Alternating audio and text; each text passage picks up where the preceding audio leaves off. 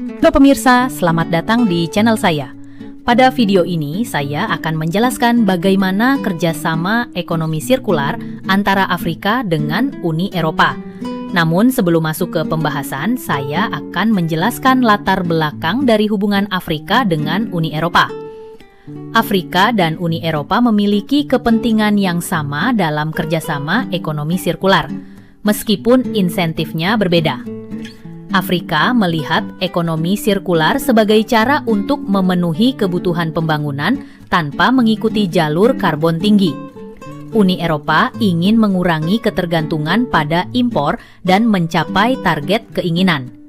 Hubungan ekonomi antara Afrika dan UI didominasi oleh perdagangan sumber daya alam dan produk jadi, menciptakan kesinambungan. Namun, sejak tahun 2007, ada upaya untuk membangun hubungan yang lebih setara dan berkelanjutan.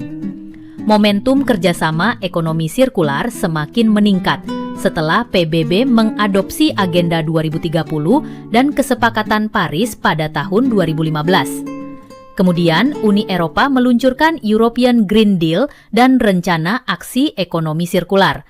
Sementara Uni Afrika mengadopsi Agenda 2063 untuk industrialisasi berkelanjutan. Beberapa inisiatif seperti program Switch to Green Africa dan African Circular Economic Alliance telah diluncurkan, menunjukkan manfaat ekonomi dan lingkungan dari transisi ini. Namun terdapat tantangan dalam implementasi kerjasama ini, seperti perbedaan tingkat pembangunan, kapasitas institusi dan infrastruktur, serta ketegangan antara tujuan jangka pendek dan keinginan. Selanjutnya saya akan masuk ke pembahasan konteks dan evolusi kerjasama ekonomi sirkular Afrika-Uni Eropa. Kerjasama ekonomi antara Afrika dan Uni Eropa memiliki sejarah yang rumit, dimulai dari hubungan kolonial yang tidak seimbang hingga upaya saat ini untuk menciptakan kemitraan yang lebih adil. Ada beberapa fase penting dalam perkembangan hubungan ini.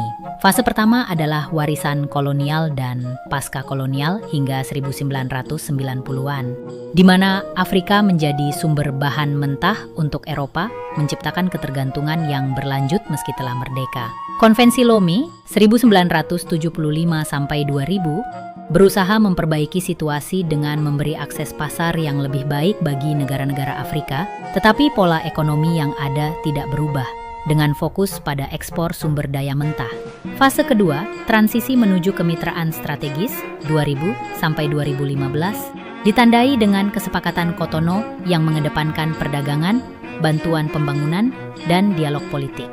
Meskipun ada penekanan pada keberlanjutan, ini belum sepenuhnya terintegrasi dalam ekonomi utama. Strategi bersama Afrika Uni E yang diadopsi pada 2007 memperkenalkan elemen keberlanjutan yang lebih kuat, seringkali hanya sebatas kata-kata. Fase ketiga, munculnya fokus pada ekonomi sirkular 2015, sekarang terlihat dari berbagai inisiatif global dan kesepakatan yang mempromosikan ekonomi yang lebih berkelanjutan. Uni Eropa mengadopsi Rencana Aksi Ekonomi Sirkular pada 2020 dan beberapa negara Afrika mulai menerapkan prinsip tersebut dalam strategi pembangunan mereka. Beberapa inisiatif kerjasama ekonomi sirkular penting telah diluncurkan seperti African Circular Economy Alliance (ACEA), program Switch to Green Africa, dan berbagai kemitraan untuk mendukung akses investasi yang lebih baik. Selain itu, Perjanjian Kemitraan Ekonomi (EPA) generasi baru juga memasukkan ketentuan untuk perdagangan berkelanjutan. Efektivitas implementasi kebijakan ekonomi sirkular. Implementasi kebijakan ekonomi sirkular di kerjasama Afrika Uni Eropa menunjukkan hasil bervariasi dalam menangani degradasi lingkungan dan pengelolaan limbah. Ada capaian positif seperti pengurangan limbah elektronik melalui program e-waste Afrika, inovasi pertanian berkelanjutan dari inisiatif Switch to Green Africa, dan transfer teknologi hijau dari Uni Eropa. Namun ada juga tantangan seperti kesenjangan dalam implementasi akibat kurangnya kapasitas teknis dan sumber daya, perbedaan prioritas antara kebijakan Eropa dan kebutuhan lokal Afrika, serta keterbatasan data yang mempersulit pengukuran efektivitas program serta identifikasi area yang perlu difokuskan. Tantangan struktural dan institusional. Pengembangan kerjasama ekonomi sirkular antara Afrika dan Uni Eropa menghadapi berbagai tantangan.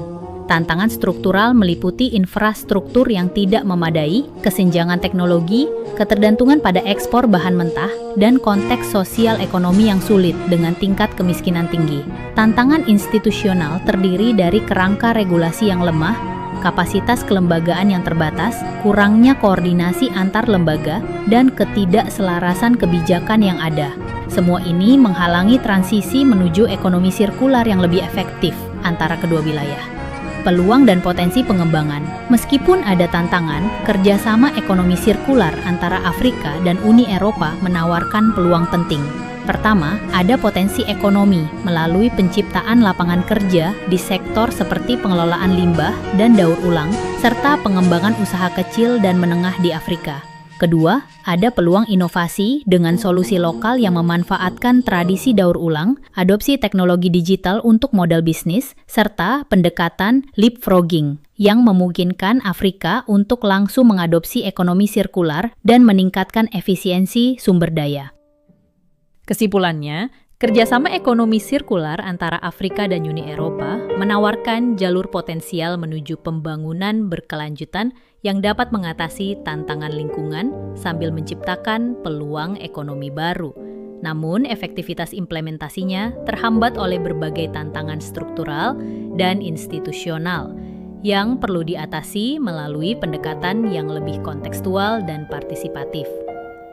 Dalam jangka panjang, keberhasilan kerjasama ini akan bergantung pada kemampuan untuk mengembangkan model ekonomi sirkular yang benar-benar sesuai dengan realitas sosial ekonomi Afrika, serta membangun kapasitas lokal yang diperlukan untuk transisi ini.